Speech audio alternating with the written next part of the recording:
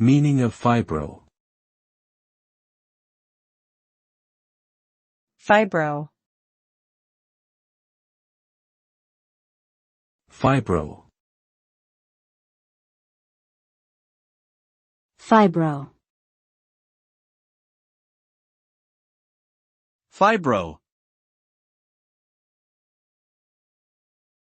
Fibro is a prefix that refers to fibrous tissue or fibers. It is commonly used in medical terminology, particularly in relation to conditions that involve the connective tissue or musculoskeletal system. Fibromyalgia, for example, is a chronic pain disorder that affects the muscles and soft tissues of the body. Fibrosis is another condition characterized by the buildup of fibrous tissue in an organ or tissue, leading to scarring and impaired function. Overall, the prefix fibro is closely associated with structural and connective tissue disorders in the body.